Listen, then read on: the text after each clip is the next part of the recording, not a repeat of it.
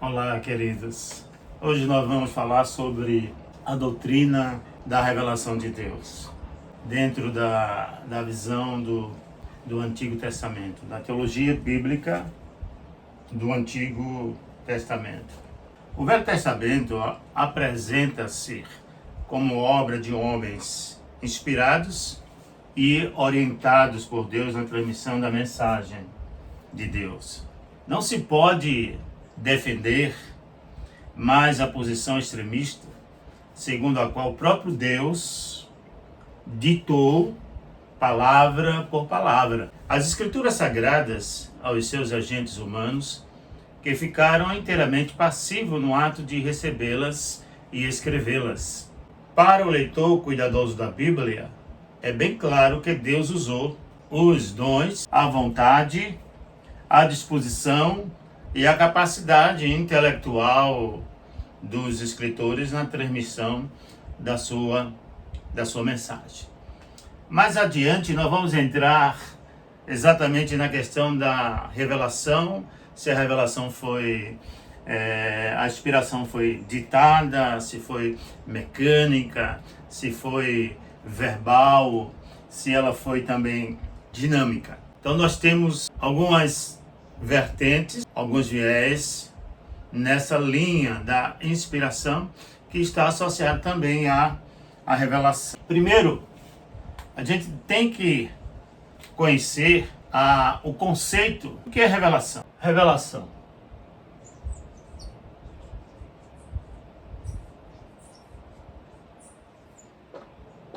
Conceito da revelação. O que significa revelação? O ato de se revelar. Se pudéssemos fazer uma analogia ou uma comparação com algumas religiões da época do surgimento da nação judaica, né? Na nação de Israel. Israel, depois judaico.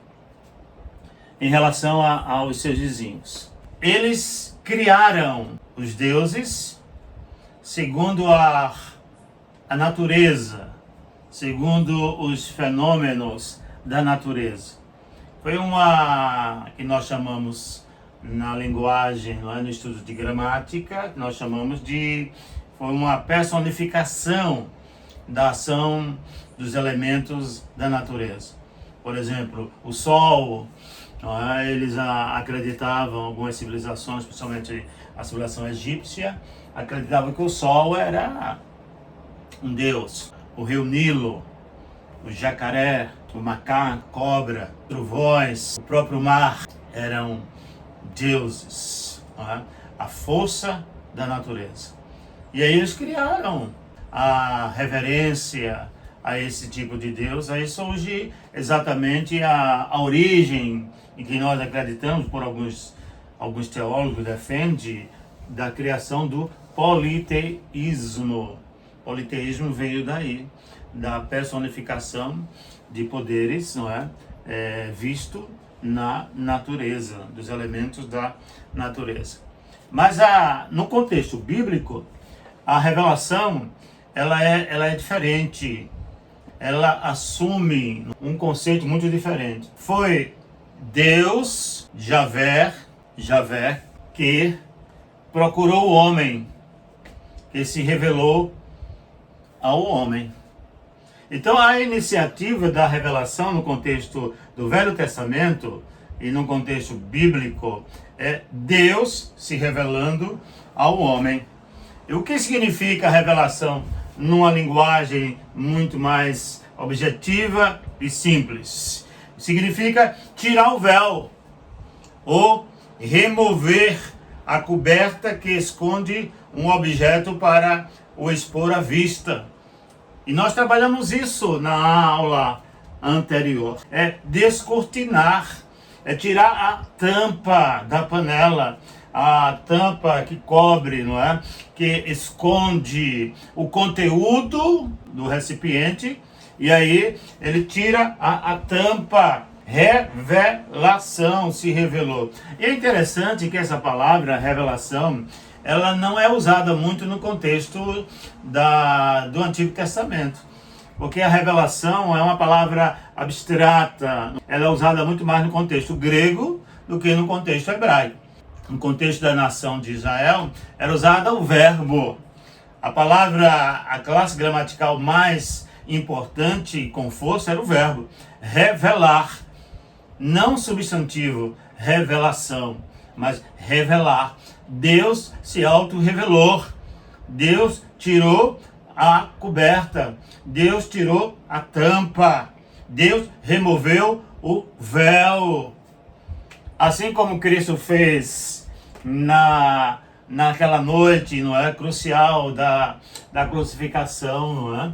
Quando o véu se rasgou, havia um véu impedindo as classes a adentrar, a conversar, a reconhecer, chegar perto do Altíssimo, que era um privilégio apenas para o sumo sacerdote. Nem os sacerdotes chegavam perto, nem os levitas, quanto mais o povo comum. Mas aí Jesus rasgou o véu. Não existe mais véu. Ele removeu o véu.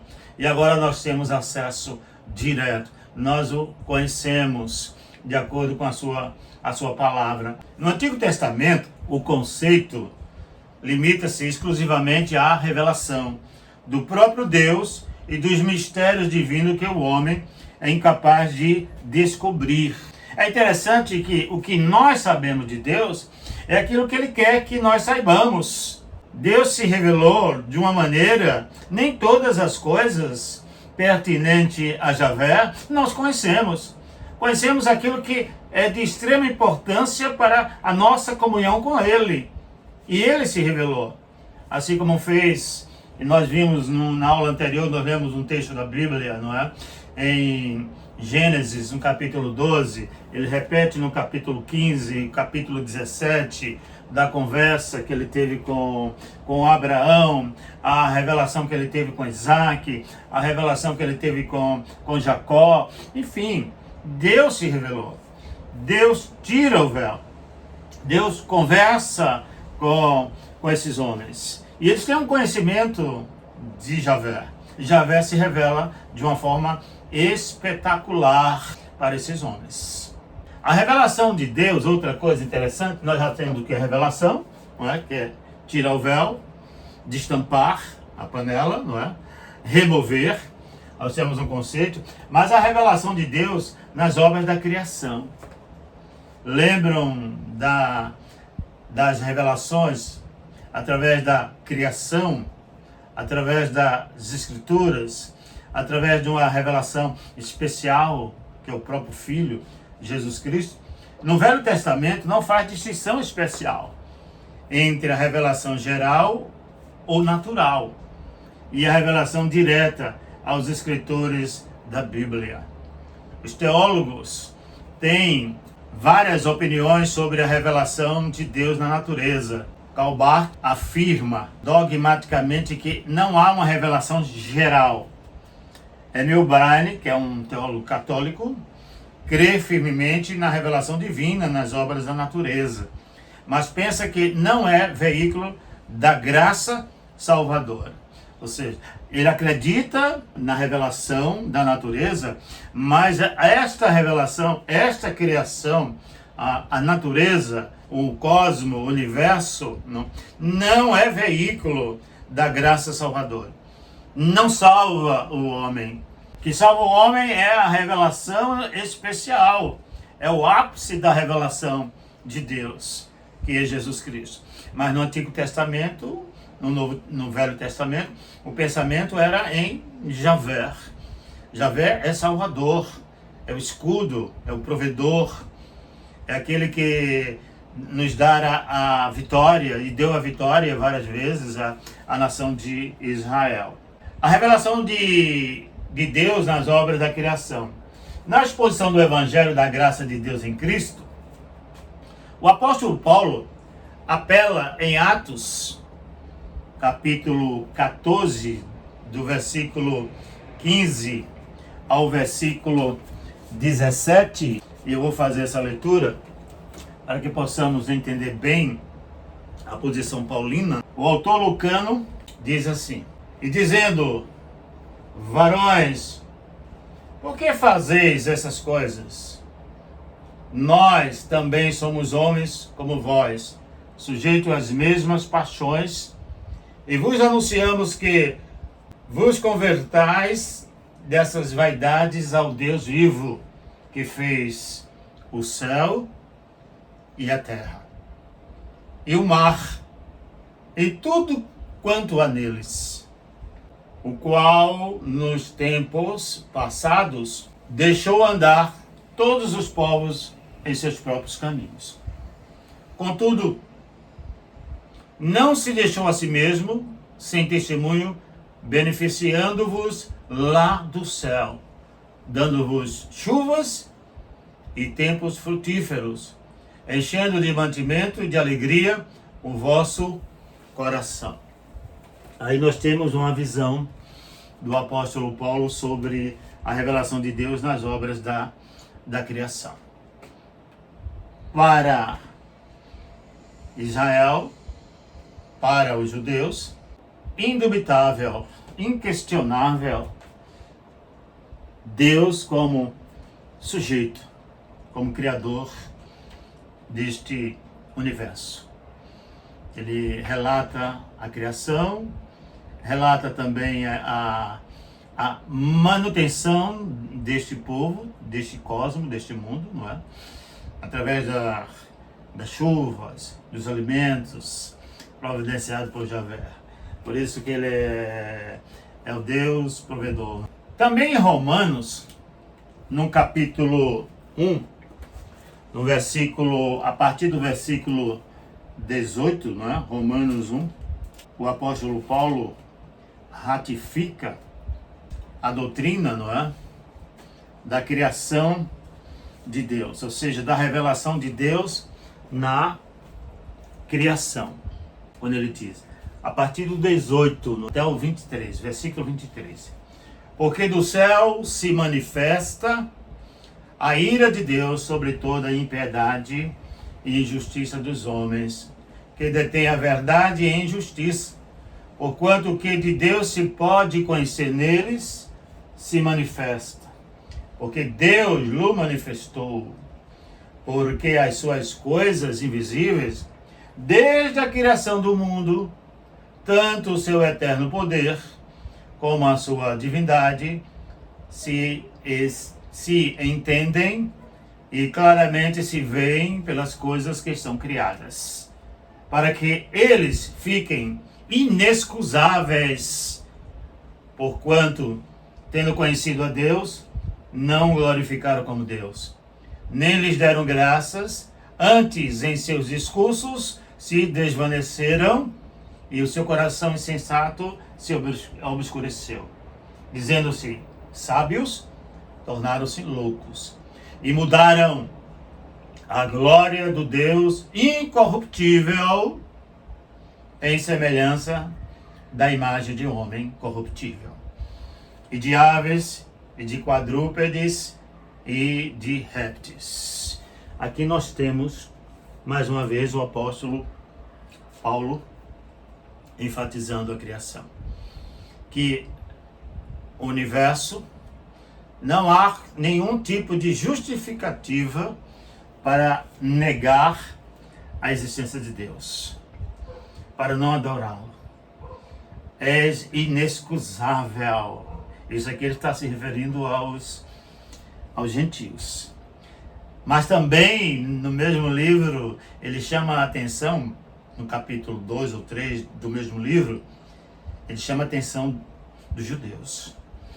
E Deus se revelou através da lei. Eles serão julgados pela lei. E eles estão se afastando da lei. Então não há motivo para justificar os erros, porque eles foram privilegiados com os mandamentos e com a lei de Javé, com a vontade de Javé. Deus se revela diretamente aos escritores bíblicos. Deus se revela aos escritores.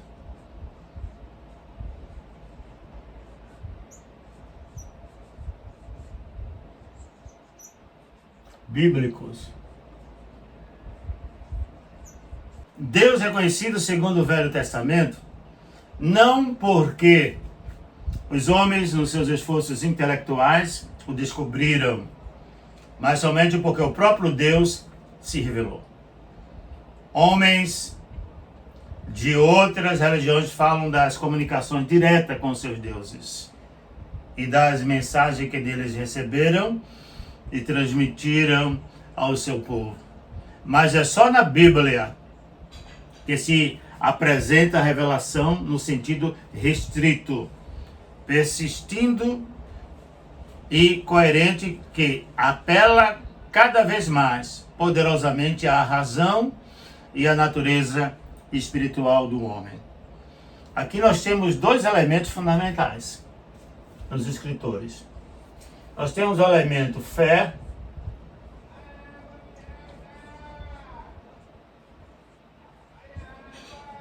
e razão. A fé e a razão caracterizam as experiências humanas. A revelação de Deus para os escritores. Deus os chama, Deus se revela não pela capacidade cognitiva dos escritores ou o conhecimento de mundo deles, a cosmovisão deles. Não. Deus é soberano. Qualquer estudante de teologia vai perceber as diferenças intelectuais, ou seja, a diferença de conhecimento de cada um. Nós temos pessoas que eram habilidosas, eram letrados, mas também tem pessoas que Deus chamou que não eram letrados. Nós temos experiência no Antigo e no Novo Testamento. Deus chama boiadeiro, Deus chama futuros, pessoas da linhagem sacerdotal. Deus chama pessoas que não estavam nem na linhagem, mas Deus chama profetas. No Novo Testamento nós temos as diferenças também. Nós temos um Paulo, que é um escritor de primeira mão, mas nós temos um Pedro, que talvez nunca tenha cursado um grupo, não é, de escolaridade, não é? Mas Deus o chamou e ele escreve cartas. São cartas que ele considera uma das cartas que Paulo tem uma visão muito além, a teologia paulina é superior e difícil de entendimento. E só o Espírito Santo daria esse entendimento e outros textos da palavra que explicariam o que Paulo estava querendo dizer na defesa da sua teologia. Então Deus chama. Deus usa a fé, é uma confiança absoluta. Soren Kierkegaard falando sobre isso, não que concorde totalmente, mas ele diz que a fé é como se fosse um salto no escuro. Por exemplo, nós temos uma promessa de vida eterna.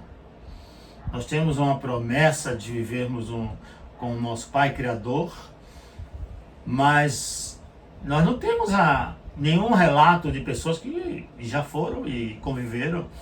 Não é? Nós temos, seguimos a Deus, seguimos o Filho e somos orientados pelo Espírito Santo pela nossa fé. Nós cremos nisso, nós cremos na palavra. Quando Deus fala, a nossa mente é ativada para entendermos o que Deus está dizendo. Para nós, tudo que Deus fala é verdadeiro, porque Ele é verdade. Conforme o Filho já tinha dito, né, nos evangelhos, principalmente em João. Eu sou o caminho, a verdade e a vida. E é essa fé que nos alimenta no dia a dia. Alguém pode até não acreditar. Algo impossível humanamente, mas para Deus é possível. Um Deus que criou este mundo, para Ele tudo é possível. Nada é difícil para Deus. É difícil para mim. É difícil até fazer um café, fritar ovos, humanamente, fazer uma comida gostosa.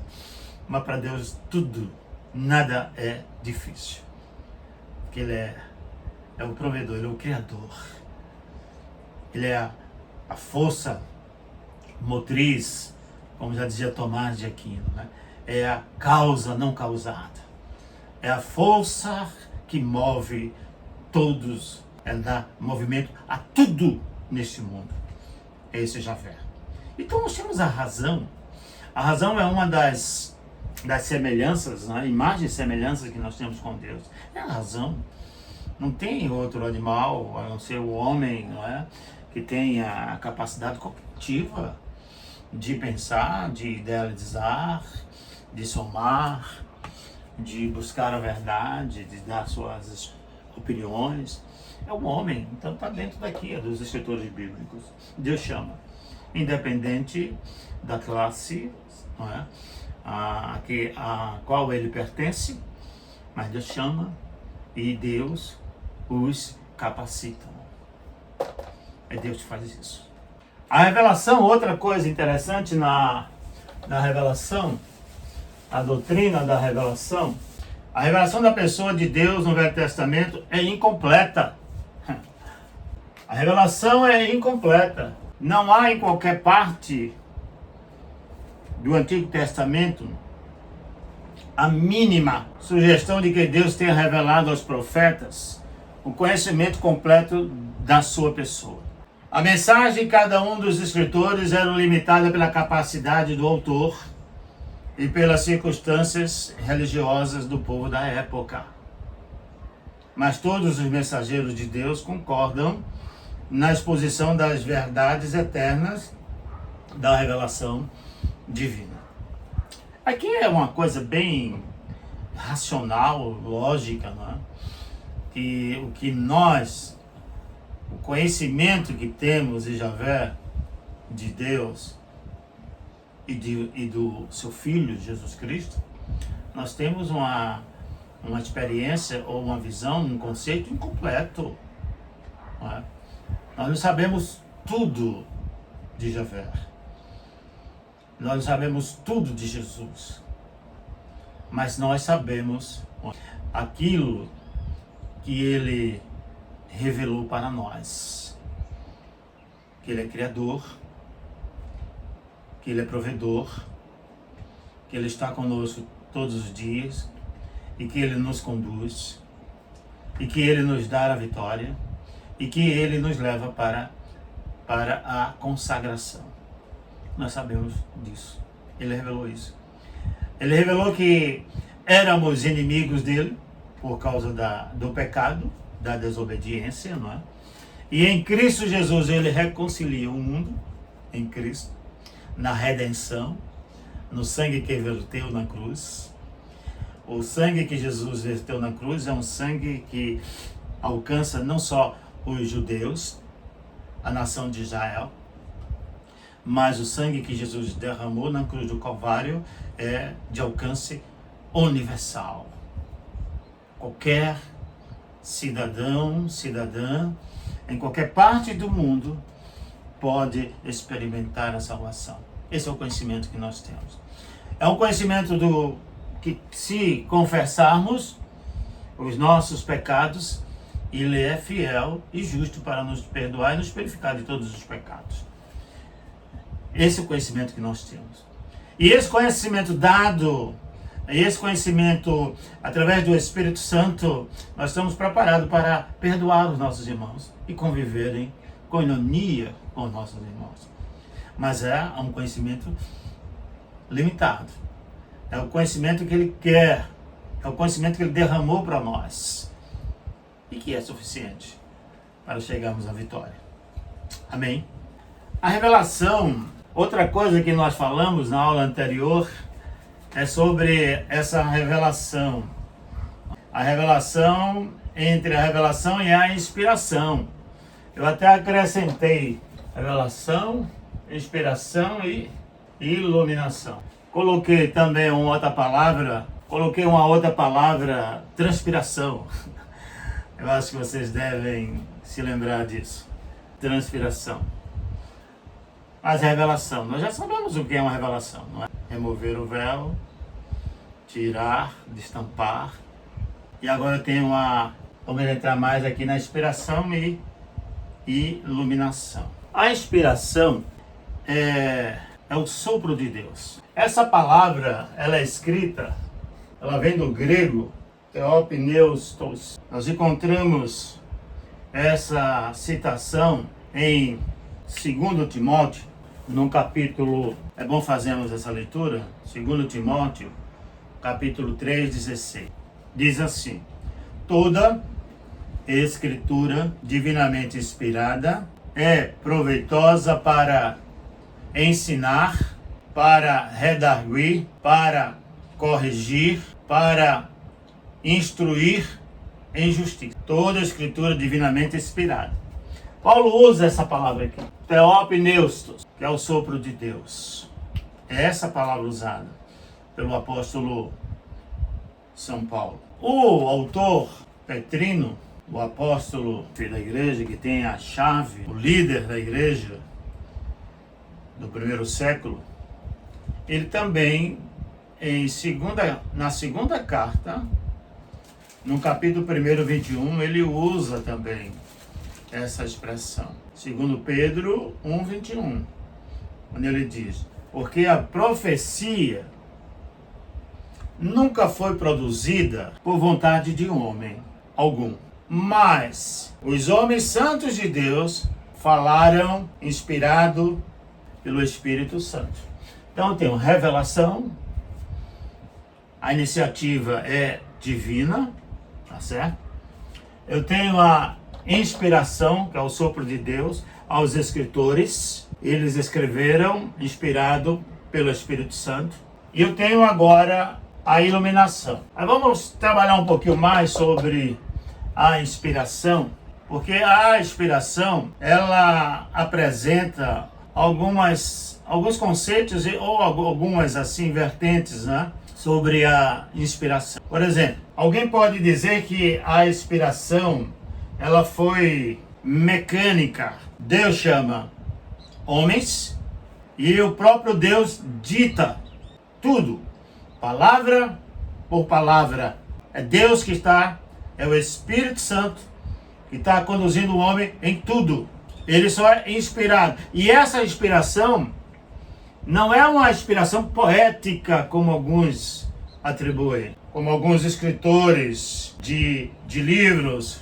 Por exemplo, Luiz de Camões foi inspirado para escrever os Lusíadas. Uma inspiração poética. Não. O sentido aqui é outro. O sentido bíblico é outro. A inspiração aqui ela é restrita à ação divina, ao sopro de Deus, aos escritores, para produzir o quê? A sua palavra, o que nós temos hoje, a Bíblia, as Escrituras.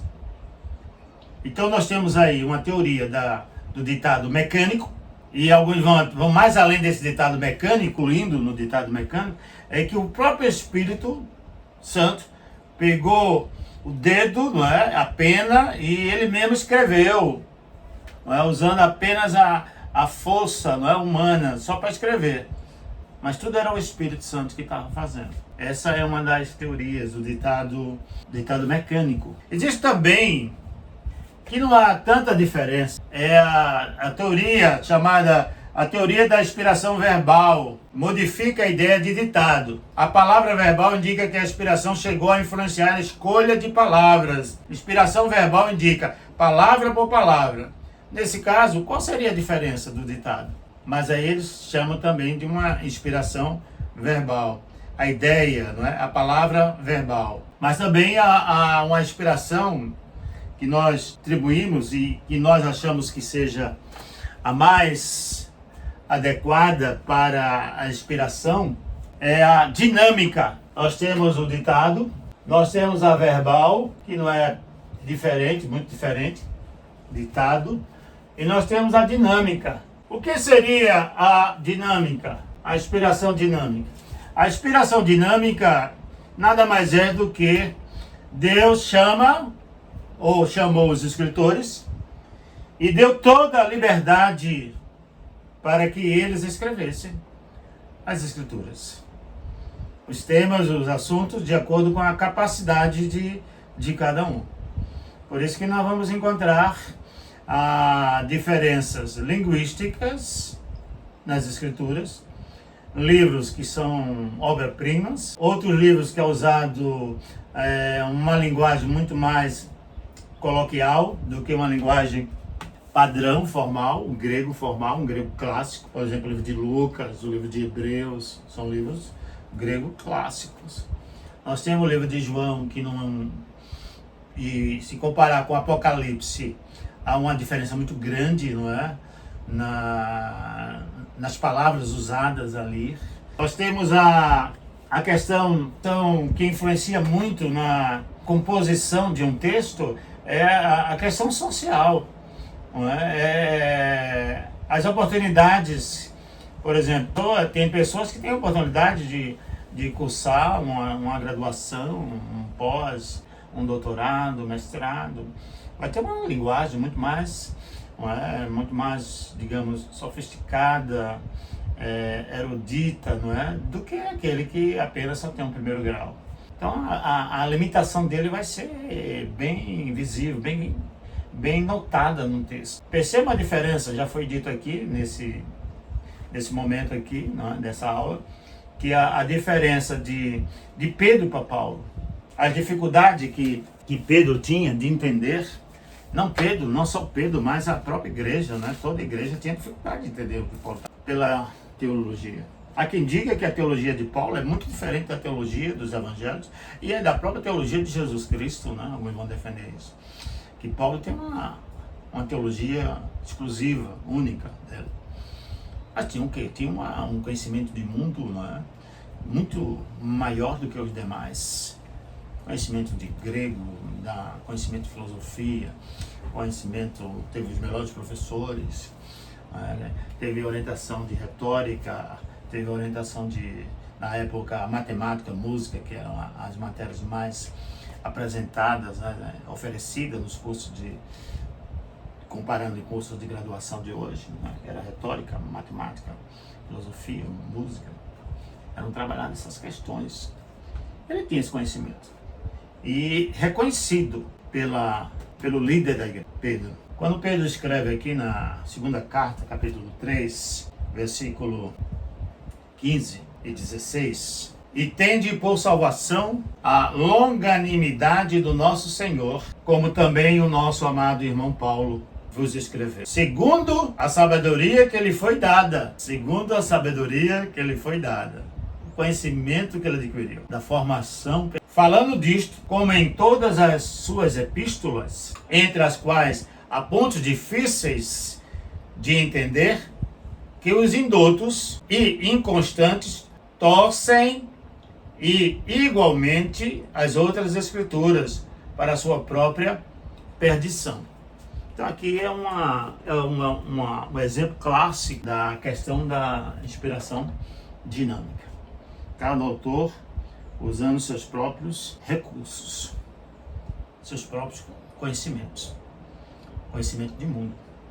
Inspiração é o termo que descreve no sentido bíblico a habilitação dos escritores que produziram os livros da Bíblia. A inspiração significa a atuação do Espírito de Deus no espírito de homens idôneos, escolhidos para receberem e transmitirem as mensagens da revelação divina.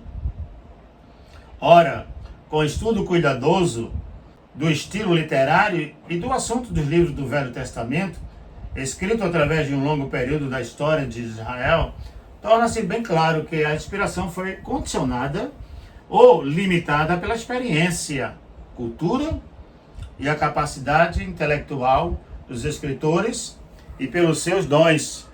Então, reforça tudo aquilo que nós já falamos. A iluminação é o entendimento da palavra. Deus se revela, usa o homem para inspirar as escrituras, e ele agora nos dá a capacidade de entendimento. E essa iluminação aqui, nós atribuímos a função principal aqui, é do Espírito Santo. O Espírito Santo vai trabalhar em nossas vidas, capacitando para termos o discernimento do que o que é de Deus e o que não é de Deus. O que significa o texto naquele contexto, a gente tem que entender isso. Como nós estamos estudando teologia bíblica do Antigo Testamento, a gente tem que penetrar na mente dos autores da época e tentar entender o que ele disse, o que ele quis dizer lá, Ele disse isso. Como que ele disse? O que significa lá? E para uma conclusão, como uma redação normal, a gente vai trazer o quê? A fazermos aqui uma contextualização, a iluminação. É possível adotar o texto no século XXI, o mesmo texto que foi lido, foi escrito há 15 séculos antes de Cristo, ou um século antes de Cristo, 2 séculos depois de Cristo. É possível trazê-lo para a época de hoje? Então a gente tem que fazer essa aplicação com sabedoria, com inteligência, com a razão. Não usando a escola da alegoria, enxertar no texto aquilo que eu acho, aquilo que eu penso, mas o que eles pensam. Ok, queridos? Deus os abençoe abundantemente.